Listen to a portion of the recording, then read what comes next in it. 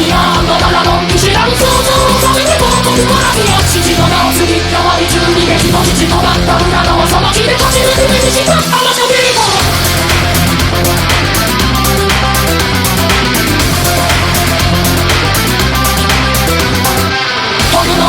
父が似合う殺害する祖国を見打ちが中流ぐらいの落ちが祖国がなった強さを手に入れなくてはならない冷酷な時期で裏側が僕は敵国のスマンシー中結びそのぐらい全身各気が殺しに殺したない初めのうちにやらしない壁の緑地を張って手羽が乙女を誰も眠るエリのメットなピスタピスタピスタ私がそういたの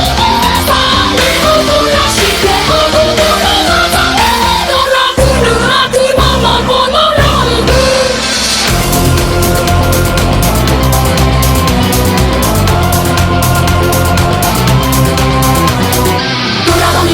初めて見られた喜びの人それなら誰も感じずに時間の差を抜け出す安手の騒ぎ裏の立ちから学んだ日々を我が子に伝えるような色づくる街へ感じ